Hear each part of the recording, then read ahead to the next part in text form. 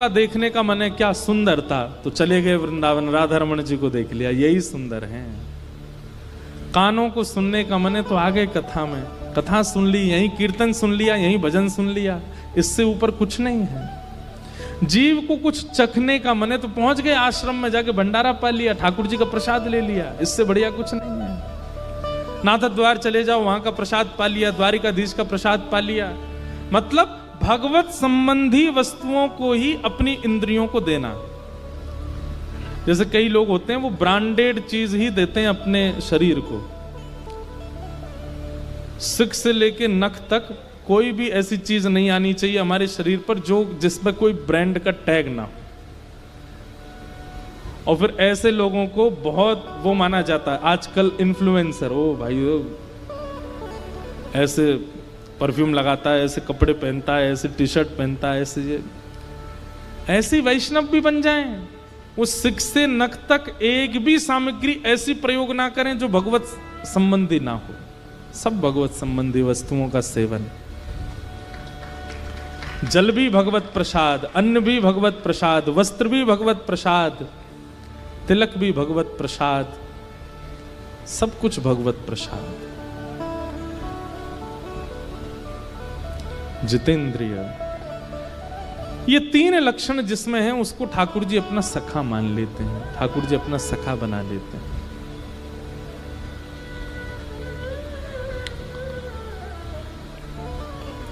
सुदामा जी महाराज अपनी पत्नी के बड़े आग्रह पर द्वारिका गए, कथाएं सबको पता है। द्वारिका जाकर के श्री सुदामा जी महाराज बड़े दीनता में द्वारपालों से कहते हैं कि भैया हम सुदामा हैं, कृष्ण के बचपन के सखा हैं, और हमारा मिलने का बात करने की ऐसी कोई योजना नहीं है, समय हो तो करेंगे, नहीं तो हमको कहीं खिड़की से दर्शन करा दो। कृष्ण मेरे बचपन के सखा हैं, सांदीपनी गुरुकुल में हम दोनों साथ पढ़े। और बंधुओं, सुदामा जी कैसे सखा हैं पता है ठाकुर जी के? ठाकुर जी सो जाते हैं रात में और सुबह उठ करके पढ़ना है, गुरुजी सांदीपनी उपाध्याय जी परीक्षा लेने वाले हैं, सुदामा जी उठाते हैं, लाला उठ जा, परीक्षा है आज। ठाकुर जी कहें तू पढ़ ले, मुझे बता दियो। सुदामा जी पढ़ते हैं, अध्ययन करते हैं, और सुदामा जी अपनी परीक्षा पर ध्यान नहीं देते हैं, बैठे बैठे लाला की ओर देखते रहते हैं। जैसे ही प्रश्न जो गुरुजी ने लिख करके दिए हैं, उन प्रश्नों में कोई कठिन प्रश्न आता है तो ठाकुर जी इशारा कर देते हैं, चौथा बता दे। तो फिर सुदामा जी, अब इससे कोई इन्फ्लुएंस मत हो जाना, ठाकुर जी भी तो चीटिंग करते थे। ये ठाकुर जी को कोई ज्ञान की आवश्यकता, वो ज्ञान के भंडार हैं, वो तो लीला कर रहे हैं सुदामा जी के साथ। सुदामा जी ऐसे सखा हैं ठाकुर जी, घनिष्ठतम। जितने दिन ठाकुर जी सांदीपनी विद्यालय में रहे, एक भी दिन ठाकुर जी ने अपनी थाली में भोजन नहीं किया, सुदामा जी की में करते हैं। और सुदामा जी से कहते हैं, देख मैं अभी अभी व्रत छोड़ के आया हूं सुदामा। बोले तो मोय अपने हाथ ते पानो ना आवे, यशोदा मैया अपने हाथ ते पवावे, अब यहां मैया तो है ना, तू पवा दे। तो सुदामा जी पवाते हैं ठाकुर जी को, सुदामा जी खिलाते। ऐसे सखा हैं सुदामा जी। अब कई बातें ऐसी हैं वो मंच से बोलने में अलग अलग ढंग में ले जाते हैं, पर इतनी घनिष्ठता है ठाकुर जी और सुदामा जी की कि सुदामा जी और ठाकुर जी जब वस्त्र धुलते हैं अपने, तो ठाकुर जी धुलने बैठते हैं, गुरु जी देखते हैं, क्योंकि बच्चे सब गुरुकुल में तो सब करते हैं बच्चे, तो गुरु जी ध्यान भी रखते हैं सब करें अपने आप। ठाकुर जी अपने वस्त्र लेके आते हैं धोने, गुरु जी जैसे आगे जाते हैं तो ठाकुर जी के वस्त्र भी सुदामा जी धो दे। तू बैठ जा लाला, तू मत कर, मैं धो दूंगा, और बढ़िया धो देते हैं। कभी कभी सुदामा जी के निजी अंग वस्त्र जो हर कोई नहीं पहनता, ठाकुर जी पहन के भाग जाते हैं। सुदामा जी कहते हैं लाला जी अच्छी बात ना है, वो निजी वस्त्र है, वो भीतर को वस्त्र है, वो तो सबको धारण ना करना चाहिए। ठाकुर जी, अरे तू तो मेरा सखा है, तो हम दोनों तो पहन सके। ऐसे सखा है सुदामा जी, ऐसे सखा श्री सुदामा जी महाराज। और द्वार पर आकर के एक बार भी किसी को ये नहीं बोल रहे हैं कि मैं इतना घनिष्ठ हूं, मेरी कहीं दीन दशा देख करके कोई कृष्ण पर प्रश्न ना उठा ले कि इतने घनिष्ठ सखा हो तो तुम्हारी ये स्थिति क्यों है। कहीं मेरी अवस्था, मेरे वस्त्रों को देख करके मुझ पर तो दया आएगी, लेकिन एक प्रश्न भी तो उठेगा, इतने घनिष्ठ हो श्री कृष्ण के और तुम्हारे ऊपर ये इतनी दया भी नहीं करी ठाकुर जी ने। इसलिए सुदामा जी किसी को नहीं बताते, बस इतना कहते हैं हम दोनों सखा हैं। आजकल के लोग, पड़ोसी के यहां चाय पी के चला गया प्रधानमंत्री, अपना ढिंडोरा पीटते। हमारे यहीं तो आए थे, यहीं पे ही बैठे थे, हमारे द्वार पे बैठ के गए, मैंने ही मठरी दी थी उनको जबरदस्ती। हम लोग बड़े संबंधों के प्रचार करने में दुगना तिगुना करके बोलते हैं, और एक सुदामा जी हैं जिन्होंने अपनी पत्नी को वर्षों तक नहीं बताया कि श्री कृष्ण मेरे सखा हैं। भैया एक बात कहें,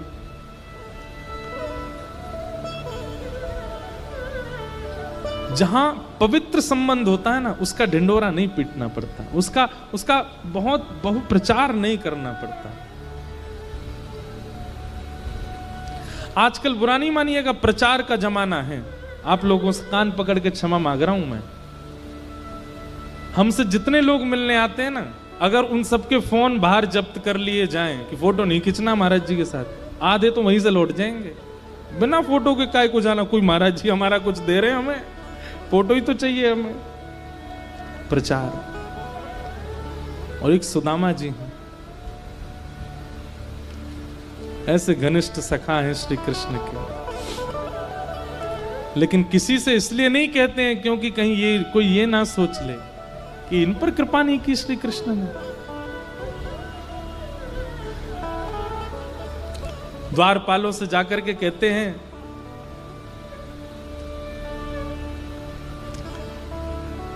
मेरे सखा हैं बचपन के श्री कृष्ण। हम दोनों सांदीपनी गुरुकुल में पढ़े थे साथ में, तो द्वारपाल थोड़े से व्यंग में हंस जाते। अच्छा हाँ, आपके संगी पढ़े होंगे ठाकुर जी। सुदामा जी बोले हाँ हम संगी पढ़े थे। मैं मिलने नहीं आया हूं, मैं उनसे कोई बैठ के मुझे वार्ता नहीं करनी है, कोई उनके साथ भोजन प्रसाद कुछ नहीं कर, कुछ देना लेना भी नहीं है। हो जाए तो आप करा देना, नहीं तो कोई खिड़की हो जहां से वो मुझे दिख जाए, मैं देख करके वापस चला जाऊंगा। कहीं कहीं कहते हैं द्वारपालों ने धक्का दे दिया, द्वारपालों ने भगा दिया, ऐसा नहीं हुआ। भगवान के द्वारपाल हैं, वो ऐसा नहीं कर सकते। द्वारपालों ने सुदामा जी को बैठाया, पर द्वारपालों को यह विश्वास नहीं था कि ये ठाकुर जी के सखा है। द्वारपाल बोले आप बैठिए, हम देखते हैं कुछ योजना। द्वारपाल भीतर गए, ठाकुर जी प्रसाद पा रहे थे, तो सुदामा जी के सहित कई नगरों के राजा भी आए हुए हैं। द्वारपालों ने जाकर के कहा फलाने देश के राजा आए हैं। भगवान बोले अभी बैठाओ। वहां के राजा आए, उनको कहो 2 दिन रुकें। वहां के राजा आए, ऐसे करके सब बता रहे थे। वहां के महंत आए, वहां के पुरोहित आए, आदि आदि सबका बताते हुए ठाकुर जी हम भूल गए बताना, एक ब्राह्मण और आया है। अच्छा कौन है? अपने आप को आपको आपके बचपन का सखा बता रहे हैं, ऐसा कह रहे हैं कि आपके संग विद्यालय में पढ़े सांदीपनी गुरुकुल में। लेकिन ठाकुर जी तन की स्थिति तो बहुत दयनीय है उनकी। उनके वस्त्र ना जाने कितनी जगह से तो रफू हुए और तन पे हड्डी इतनी है कि उंगलियों पर गिन लिया जाए। बीच बीच में प्रशंसा भी करते हैं, लेकिन इन सब के बावजूद भी ललाट पर तेज तो बहुत है उस ब्राह्मण के। ऐसा लगता है कि त्रिकाल संध्या करता होगा। बहुत दूर से चल के आया, पैरों में छाले पड़ गए हैं और कह रहे हैं कि हमें मिलने का ऐसा कोई मन नहीं है। ठाकुर जी अगर अवकाश देंगे तो मिलेंगे, नहीं तो कहीं खिड़की से आपको देख करके जाने को राजी हैं। उन्होंने अपना नाम सुदामा बताया। सुदामा नाम सुनते ही ठाकुर जी स्तब्ध हो गए और ठाकुर जी को वो बात चुभ गई कि पहले राजाओं का परिचय दिया गया, पहले सबके बारे में बताया गया, सबके इतना महिमा मंडन किया गया, और श्री सुदामा जी का नाम अंत में वो भी भूल गया था, याद आई तो बताने लगा। इस प्रकार से परिचय दे रहा है। ये क्या जानता है कि सुदामा मेरे लिए कौन है? भगवान बोले सुदामा आया द्वार पर। जी भगवान, और तुम उनको वहीं छोड़ के आ गए हो? प्रभु आप प्रसाद पा रहे थे। इतना तो ठाकुर जी ने सुना ही नहीं है। थाली सामने रखी है, साक्षात लक्ष्मी परांबा जगदम्बा रुक्मणी सामने भोजन हाथ में रोटी परोसने को खड़ी हैं। सब बड़े बड़े ऋषि महा सब वेद ध्वनि कर रहे हैं, ठाकुर जी प्रसाद पा रहे हैं, और बीच प्रसाद में ठाकुर जी अपनी चौकी से कूद पड़े। चाहते तो दंड देते, विलंब चाहते तो दंड देते, समझाते, बात करते, लेकिन ठाकुर जी को इतना सब्र कहां। सुदामा बाहर खड़ा है, नेत्रों से अश्रुधार गिर रहे हैं, दौड़ रहे हैं ठाकुर जी। मुकुट कहीं गिरा, जैसे कोई बेसुध हो जाता हो, जैसे किसी को अपने तन की सुध ना रहती हो। इस अवस्था में ठाकुर जी आ गए, दौड़ पड़े द्वार पर, मेरा मित्र सुदामा आया है, मेरा सखा आया है। आज वर्षों बाद सुदामा को देखने जा रहे हैं। 7 देहरियां हैं ठाकुर जी के भवन में। हर देहरी पर बड़े बड़े राजा, बड़े बड़े सैनिक, बड़े बड़े गाजे बाजे बजाने वाले खड़े रहते हैं ठाकुर जी के स्वागत सम्मान में। हाँ, सब ठाकुर जी को देख रहे हैं, और ठाकुर जी की इस आतुरता को देख के सब पीछे दौड़ रहे हैं। ऐसा कौन आ गया जिसके लिए ठाकुर जी दौड़े चले जा रहे हैं? मुख्य द्वार पर पतले दुबले से सुदामा जी कोने में खड़े हैं। ठाकुर जी को दौड़ता आके देख 2-3 लोगों ने तो कोहनी मार के सुदामा जी को पीछे कर दिया, पीछे हटो, ठाकुर जी आ रहे हैं। और सुदामा जी दौड़े दौड़े आए और मुख्य द्वार पर आकर के मानो जैसे आर्तनाद में, करुण पुकार में ठाकुर जी मेरा सुदामा कहां है? उस भरी सभा में भीड़ लगी थी द्वार पर, तभी ठाकुर जी देखते हैं कोने में सुदामा जी के सजल नेत्र खड़े। ठाकुर जी ने अंक से भर लिया, मेरे सुदामा आ गए हो, मेरो सुदामा आ गए हो, मेरो सखा आ गए हो। बार बार सुदामा जी के मुखमंडल को देखते हैं, फिर से अपने हृदय से लगा लेते हैं, फिर उनके मुख को देखते हैं, फिर हृदय से लगाते हैं। और सुदामा जी को संकोच हो रहा है। ठाकुर जी के स्पर्श के सुख से वो आनंदित हो रहे हैं, पर इतनी सभा देख के वो संकोच कर रहे हैं कि लाला इतनो प्रेम प्रकट मत करे, नहीं तो पर सबरे प्रश्न उठाएंगे। इतना इतना प्रिय सखा और ये दशा में।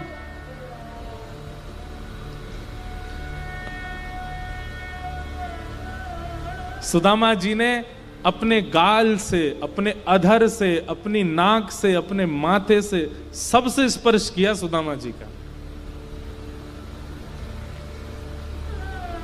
अपने नेत्रों के जल से मानो अभिषेक कर दिया सुदामा जी का। बहुत देर हो गई, ठाकुर जी द्वार पे ही बस अंक में भरे भरे खड़े हैं, और जितने लोग वहां खड़े हैं सब देख करके आश्चर्य कर रहे हैं, ये कौन है? भगवान बोले, बड़े दिन में आए सुदामा। अरे देखो द्वारिकावासियों, ये मेरा सखा सुदामा, मेरा प्राण सुदामा है। कभी इसके बारे में तुमने नहीं सुना होगा, ये क्योंकि प्रचार नहीं करता है, आज आया पहली बार द्वारिका। और ठाकुर जी गले में गलवैयां डाल करके सुदामा जी को लेकर के भीतर जा रहे हैं। और बीच बीच में चलते चलते ठाकुर जी को जाने क्या होता है, रोकते, फिर सुदामा को अंक से भर लेते हैं। तुझे इतने दिन में याद आई मेरी, इतने दिन बाद आया तू। मानो आज ठाकुर जी अपना राजकीय स्वरूप भूल गए हों। सुदामा जी को लेकर के अपनी स्वधर्मा सभा में पहुंचे, जहां ब्रह्मादि देवता भी आते हैं,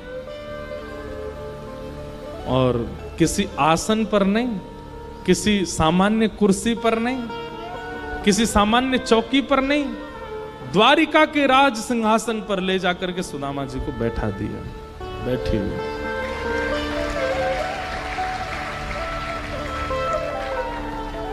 सुदामा जी बोले, लाला मैं यहाँ को अधिकारी ना हूं। ठाकुर जी बोले, आपका अधिकार मुझसे अच्छा कोई नहीं जानता, बैठ जाओ चुपचाप, यहीं बैठो। और रुक्मणी जी को इशारा किया, देख क्या रही, जल्दी पात्र लाओ, चरण धोने सुदामा जी के। ठाकुर सुदामा जी बोले, लाला ये सब मत करें, वो बहुत संकोच है। और भीड़ लग गई है वहां पर, और सब आश्चर्य में देख रहे हैं, ऐसा क्या है इस पतले दुबले ब्राह्मण में जिसके लिए ठाकुर जी ये सब कर रहे हैं। सुदामा जी के चरणों को एक परात्म पदरा, सुदामा जी रो रहे हैं कि जगन्नाथ साक्षात मेरे चरण में बैठे हैं। देख सुदामा सुदामा की दीन दशा, करुणा करके करुणा निधि रोए, पानी परात को हाथ छुयो नहीं, नैनन के जल सो पग धोए। सुदामा जी के नेत्रों से अश्रुजल प्रवाहित होने लगा, लेकिन ठाकुर जी के नेत्रों से प्रवाह इतना तीव्र था कि जल लिए रुक्मणी जी खड़ी रह गईं और ठाकुर जी ने अपने अश्रु जल से सुदामा जी के चरण धो दिए। चरणों की स्थिति देखकर के ठाकुर जी इतनी पीड़ा में आ गए, अपने शीश से सुदामा जी के चरण लगाए और जितना जल एकत्रित हुआ उसको एक पात्र में भर करके ठाकुर जी ने 3 घूंट तो ठाकुर जी ने धारण किए। सुदामा जी रोकने, लाला जी सब मत करे, मैंने पाम भी ना धोए, मैं कितनों दूर से चल के आया हूं। अरे लाला माँ में देख रक्त निकल रहा है, मेरी एड़ी फट गई है, ये सब मत करे लाला। ठाकुर जी कह रहे चुपचाप बैठे रहो, कुछ मत बोलो। ठाकुर जी उसको पान कर रहे हैं।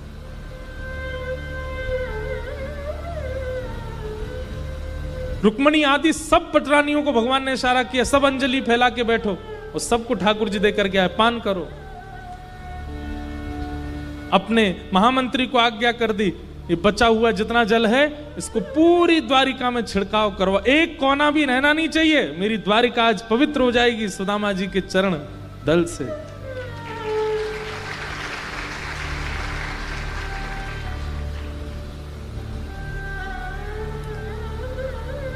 इतना मान देते हैं ठाकुर जी। और बैठ गए चरणों को अपनी गोद में रख करके और सुदामा जी से बोल रहे हैं, बहुत दिन में आए, मेरी याद ना आवे तुम्हें?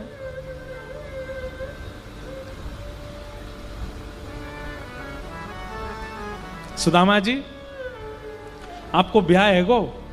ठाकुर जी पूछ रहे हैं। सुदामा जी बोले हाँ लाला है गो। अच्छा मोए ना बुलायो ब्याह में? लाला अब तो तू राजा बन गए, तो ये बुलावे को मतलब है तेरे संग में 25-30 तो हाथी आमेंगे, 50-60 घोड़ा आमेंगे, उन पे बैठ के सैनिक आमेंगे और इतने लोगन ने बुला के दावत करानो मेरे बस की बात तो ही नहीं लाला। हमारे ब्याह में तो हम दुल्हा दुल्हन ही भूखे रह गए, भोजन की व्यवस्था ही नहीं, ऐसा तो ब्याह है तो कैसे बुला? तो लाला तू बता तेरो ब्याह है गो?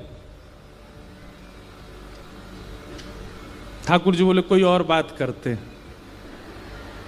नहीं नहीं लाला बता तेरो ब्याह ना भयो। अरे जे फिर पास में मंत्री खड़े थे उनसे बोले विद्यालय में मोतियों कहते देखियो सुदामा इतने ब्याह करूंगो कि मेरे नगर में मेरी बहू रहेंगी और कोई ना रहेगो, इतने ब्याह करूंगो। मंत्री आदि बोले तो कर भी लिए हैं इन्होंने। सुदामा भी बोले लाला तेरो ब्याह है गो? बोले हाँ है गो। कहाँ है भाभी? कहाँ है भाभी? ते तो मिलवाने। ठाकुर जी बोले भाभी से मिलोगे? बोले हाँ न मिलवा दे। कहाँ है भाभी? इतनी सारी लुगाई खड़ी है, इनमें तो कौन सी है? बोले बैठो अभी बुलाते हैं। ठाकुर जी ने इशारा किया आओ सब लाइन से प्रणाम करो। मैं रुक्मणी प्रणाम। अच्छा भाभी जी जय, देवी चरसो भाग्यवती रहो। मैं जामवती प्रणाम, देवी चरसो भाग्यवती। मैं सत्यभामा प्रणाम, मैं कालिंदी प्रणाम, चरसो भाग्यवती रहो। मैं मित्रविंदा, मैं लक्ष्मणा, मैं भद्रा, सब प्रणाम करते करते 500 प्रणाम कर गई सुदामा जी को। सुदामा जी धीमे धीमे ऐसे हो गए। लाला लेके तकिया धर दे यहाँ पे नीचे, हाथ धार को मेरो। ठाकुर जी हाथ के नीचे कोनी के नीचे हाथ लगा खड़े हैं, लोग करो प्रणाम दो। जब 1000 प्रणाम कर गई सुदामा जी बोले लाला पत्रो दुबरो शरीर में तो पधार जाऊंगो। अच्छा एक बात बता, ये सब अपनी है? ठाकुर जी बोले अपनी है। कितनी और हैं? भगवान बोले 1000 चली गई, अभी 15,108 और हैं। सुदामा बोले लाला तेने इतने ब्याह किए? भैया लाला देख मैं तो पत्र दुबरो ब्राह्मण, हार जाऊंगो, मेरे तो शरीर में ताकत ही ना है। एक काम कर, पत्नी 16,108 हैं, पति तो तू ही अकेला है। बोला पति मैं ही हूं, तू प्रणाम कर, मैं तो आशीर्वाद दूं, आ जा। और जैसे ही ठाकुर जी ने दंडवत प्रणाम किया है, आकाश में देवताओं के नेत्र सजल हो गए। साक्षात जगन्नाथ जगद्दिहंता जगदाधार सुदामा जी के चरणों में दंडवत प्रणाम कर रहे हैं और ठाकुर जी को आशीष दे रहे हैं। संपूर्ण द्वारिका नगरी के नेत्र सजल हो गए इस प्रेम मिलन को देख करके। सुदामा जी ने उठा करके हृदय से लगाया। ऐसा प्रेमत्व है श्री सुदामा जी का और ठाकुर जी का। सुदामा जी से भगवान बोले भाभी ने मेरे लिए कुछ भेजा होगा। एक पोटली में चावल लेकर के गए थे, वो भी पोटली में फटी हुई थी, चावल भी 4 घर के थे। सुदामा जी को देने में बड़ी शर्म आ रही थी। सुदामा जी अभिमानी नहीं, अभिमान करेंगे किस बात का, और होना भी नहीं चाहिए, लेकिन स्वाभिमानी है सुदामा जी, अपने स्वाभिमान की, और स्वाभिमानी व्यक्ति को होना चाहिए। सुदामा जी को लगे ये सबके सामने नहीं दिखाऊंगा, नहीं तो लोग यही पे प्रश्न उठाएंगे कैसे सुदामा, और अभी भी उठा ही रहे होंगे। ठाकुर जी ने पोटली छीन ली, खोल करके देखा तो 4 जगह के चावल देख करके ठाकुर जी समझ गए एक भी दाना इसके घर का नहीं है। और ऐसी स्थिति में सुदामा कभी शिकायत नहीं करता। भगवान ने एक मुट्ठी चावल खा ली, बोले मैं इंद्र की संपदा सुदामा को देता हूं। दूसरी मुट्ठी चावल खाई, बोले इंद्र की संपदा कम है, मैं तीनों लोगों की संपदा सुदामा को देता हूं। और तीसरी मुट्ठी चावल खा के ठाकुर जी बोले तीनों लोग भी कम है, मैं लक्ष्मी को इसकी दासी बनाता हूं। रुक्मणी जी ने हाथ पकड़ लिया, बोले मैं आपके पास ही रहूंगी, लक्ष्मी को दासी मत बनाओ। लेकिन ये सब बोल करके नहीं कर रहे हैं ठाकुर जी, बस 3 मुट्ठी चावल पा गए। लक्ष्मी जी ने देख लिया, रुक्मणी जी ने देख लिया कर क्या रहे हैं। सुदामा जी बोले लाला अब बहुत विलंब है, क्यों मैं वापस जाऊं? ठाकुर जी बोले जाओ, फिर आजो, आते नहीं हो, अगली बार भाभी को लेके आई हूं। और श्री सुदामा जी महाराज जैसे ही अपने नगर को निकले, कुछ दिनों बाद जब पहुंचे तो सुदामा मंदिर देख डरे महाराज, वहां तो बड़े बड़े महल खड़े हैं। सुदामा जी बोले भैया यहां तो हती मेरी छोटी सी झोपड़िया, कंचन महल खड़े। द्वारपालों से पूछा भैया ये कौन सा नगर है? बोले सुदामा नगरी है। अच्छा, यहां मेरी छोटी सी झोपड़ी थी वो कहां गई? बोले हमको नहीं पता, हमको तो बने बनाए महल मिले, हम तो बाद में ड्यूटी पे आए यहाँ पे। अच्छा, इस भवन में यहाँ के मालिक जो होंगे उन्होंने मेरी कुटिया कहीं कर दी होगी, उनसे पूछ लो कहाँ हैं। और हमारे मालिक तो द्वारिका गए हैं। सुदामा जी बोले ऐसा क्यों लग रहा है ये मैं ही हूं? अरे नहीं नहीं हम नहीं है, श्री कन्हैया ने तो बताओ हमारी धोती ना बदली, जा में गए वही में आ गए, का देखो। अच्छा, उनकी पत्नी तो होंगी सुशीला। सुदामा जी बोले अगर हमारी पतली दुबली फटी सी साड़ी में पत्नी होगी तो समझ जाएंगे ये हम ही हैं, नहीं तो चले जाएंगे। लेकिन जब आवे संतोष घन सब धन धूर समान, जब संतोष जीवन में आना। एक बात आपको बहुत गूढ़ता बताएं, व्यक्ति धनवान होने के बाद आप देखेंगे उसके गाल फूलने लगते हैं, थोड़ा मोटापा आने लगता है, थोड़ा सा वो पहले से हेल्दी होने लगता है। क्यों?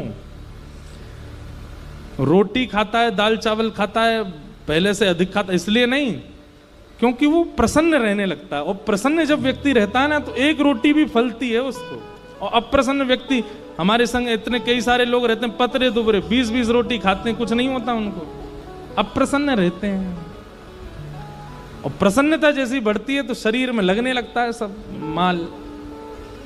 सुदामा जी की पत्नी अब थोड़ी सी भारी हो गई थी, और नई साड़ी और बढ़िया सुंदर बन के जैसे ही बाहर आने लगे, सुदामा जी देख करके बोले सुशीला।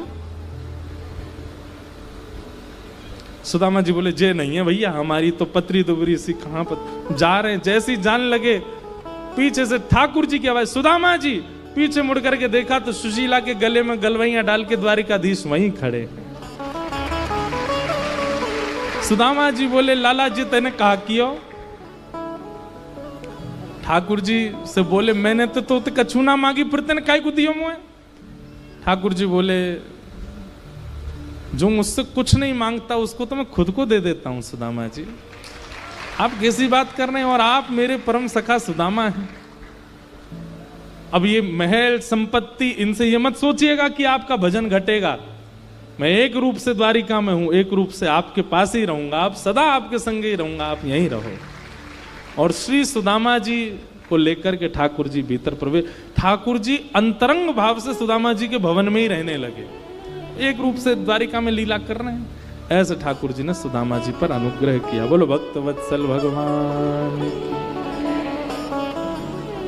जिसको तेरा भरोसा, जिसको तेरा सहारा, जिसको तेरा भरोसा, जिसको तेरा सहारा, जिसको तेरा भरोसा, जिसको तेरा सहारा, जिसको तेरा भरोसा, जिसको तेरा सहारा, मझधार क्या करेगा, मझधार ही किनारा, मझधार क्या करेगा, मझधार ही किनारा। तेरी कृपा से भगवन भक्तों की नाव चलती, तेरी कृपा से भक्तों की नाव चलती, तूफान आंधियों में उनको भी राह मिलती, तूफान आंधियों में उनको भी राह मिलती। तैयार तू है हरदम, तैयार तू है हरदम, जब भी तुझे पुकारा, तैयार तू है हरदम, जब भी तुम्हें पुकारा, जिसको तेरा भरोसा, जिसको तेरा सहारा, जिसको तेरा भरोसा, जिसको तेरा सहारा,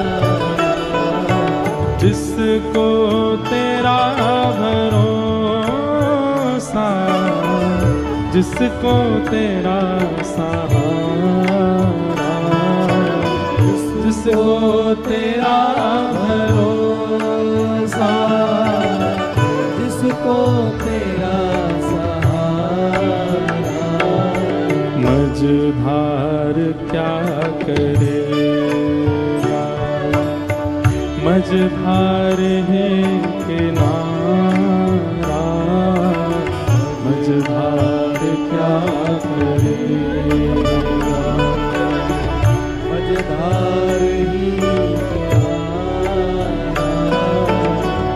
होठों पे नाम तेरा, दिल में उमंग तेरी, होठों पे नाम तेरा, दिल में उमंग तेरी, अलमस्त सार हूँ मैं, छाई तरंग तेरे, अलमस्त सार हूँ मैं,